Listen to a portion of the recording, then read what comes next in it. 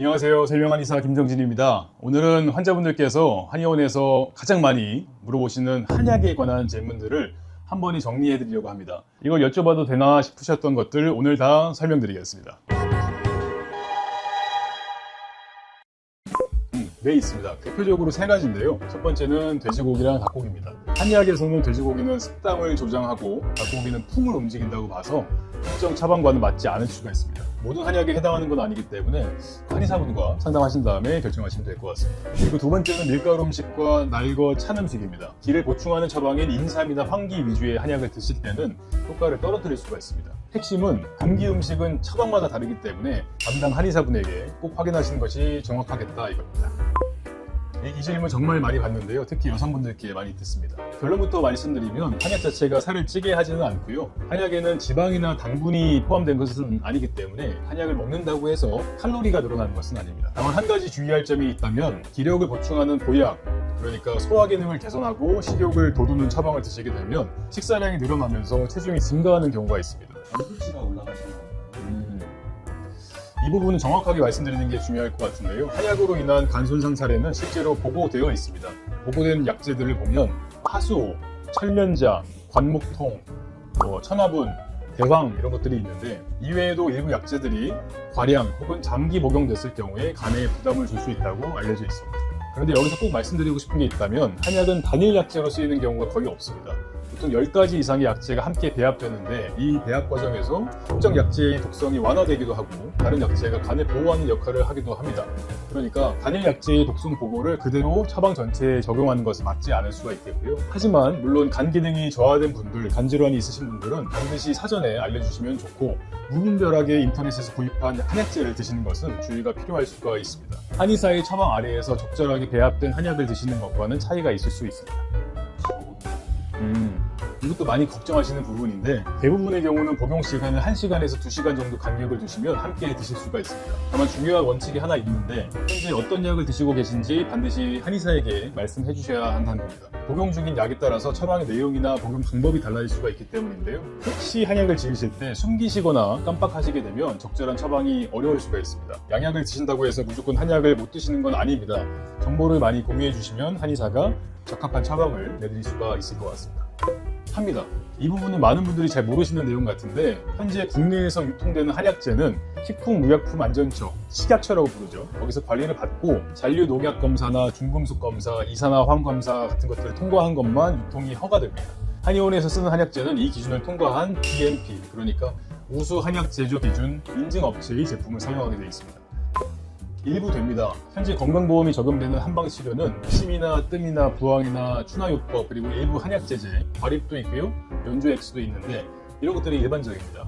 탕약, 그러니까 개인 맞춤형으로 직접 다리는 한약은 원칙적으로는 건강보험이 적용되지 않습니다. 하지만 요즘에 차벽건강보험이라고 해서 월경통이나 알레르기 비염, 허리디스크, 안면신경마비, 중풍불증, 기능성 소화불량 이렇게 6가지 질환을 대상으로 차벽 건강보험이 진행 중이어서 해당 조건에 맞는 경우는 보험 적용이 가능할 수 있습니다. 내원하시는 한의원에 문의하시면 더 정확히 안내 받으실 수 있을 것 같습니다.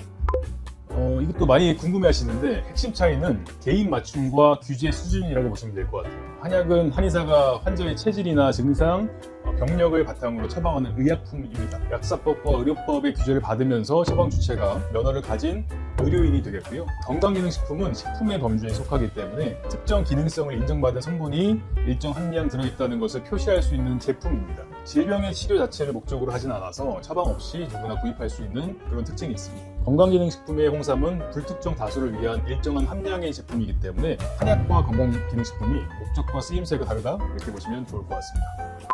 그리고 또 많은 분들이 질문 주세요. 한약 지을 때 한제면 되겠죠? 한제는 사실 치료의 완결 단위가 아니고요. 한약에서 한제는 보통 탕약 20첩 혹은 30첩을 기준으로 부르는 처방 단위인데 치료기간이 한제로 충분한지는 전적으로 환자의 상태와 질환의 깊이에 따라 다를 것 같습니다. 10년 넘은 자율신경 이상처럼 오래된 문제는 꾸준한 복약이 필요할 수 있습니다. 한의사와 꾸준히 소통하시면서 치료 경과를 함께 보시는 것을 권장드리고 있습니다. 이 부분이 저도 사실은 굉장히 늘 애석한데요. 치료가 필요한 분들께서 비용 때문에 망설이시는 걸 보면은 저도 마음이 좀 무겁고 책임감을 많이 느낍니다.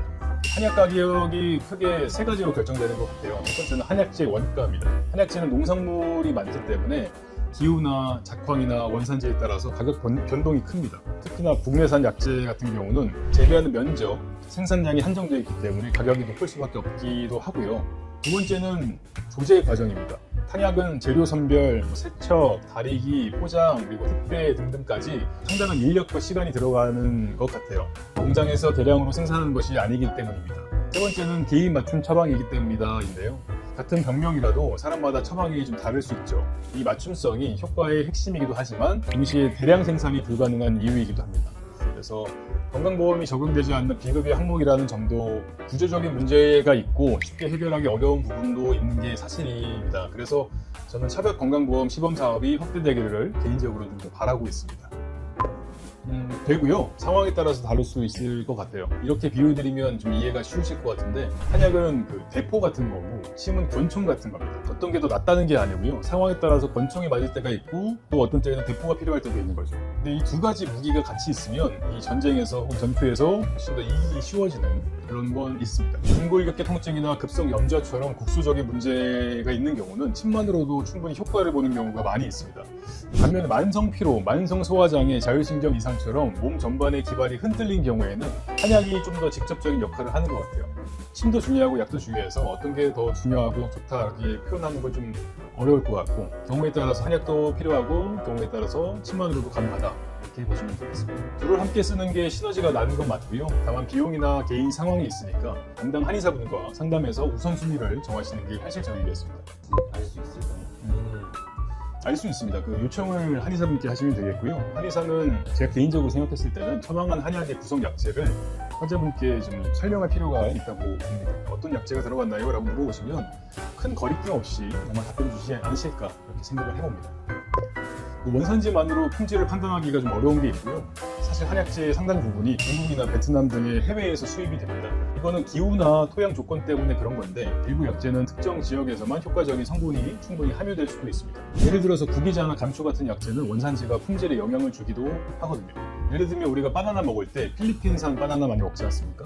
필리핀산 바나나 맛있고 좋다는 거 알고 있는 것처럼 특정 약재는 해당 국가, 해당 조건에서만 자라는 게 좋을 수도 있습니다. 중요한 것은 원산지가 아니고 안전성 검사를 통과한 것인지 여부입니다. 식약처 기준의 잔류 농약, 중금속 검사를 통과한 약재를 사용하는 한의원이라면 원산지와 무관하게 모두 안전하다 보시면 될 것 같습니다. 오늘은 한약에 대해서 궁금하셨던 것들 설명을 드렸는데요. 도움이 되셨으면 합니다. 한약은 막연하게 좋다 나쁘다로 볼 수 있는 것은 아니고 본인의 상태에 맞게 제대로 처방받는 것이 중요하겠습니다. 더 궁금한 점은 댓글로 남겨주시면 댓글로 다시 한번 답변 드릴 테니까 많이 질문해 주시고요. 그러면 저는 이제 다음 영상에서 더 좋은 주제로 찾아오겠습니다.